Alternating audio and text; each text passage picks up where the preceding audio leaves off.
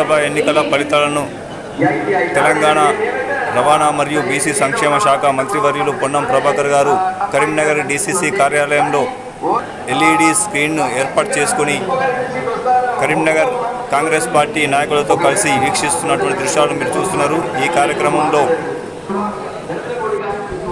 Vemulawada MLA ప్రభుత్వ whip ఆది శ్రీనివాస్ గారు, మానకొండూరు ఎమ్మెల్యే డీసీసీ అధ్యక్షులు కవంపల్లి సత్యనారాయణ గారు, కరీంనగర్ కాంగ్రెస్ పార్టీ ఇన్ఛార్జ్ కుర్మల్ల శ్రీనివాస్ గారు, ఆకారపు భాస్కర్ రెడ్డి గారు తదితరులు పాల్గొన్నటువంటి దృశ్యాలను మీరు చూస్తున్నారు. అలాగే చొప్పదండి మాజీ ఎమ్మెల్యే కోడూరి సత్యనారాయణ గౌడ్ గారు పాల్గొన్నటువంటి దృశ్యాలను మీరు చూస్తున్నారు.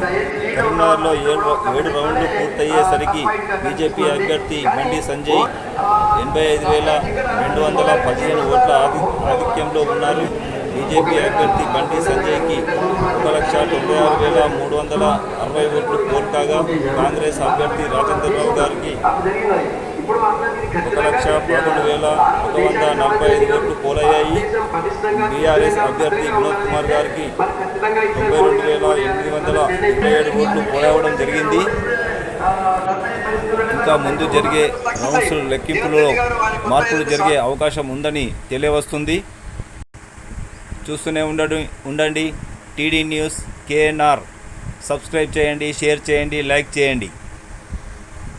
అందరికీ నమస్కారం. అస్సలాము అలైకుం. ధన్యవాదాలు.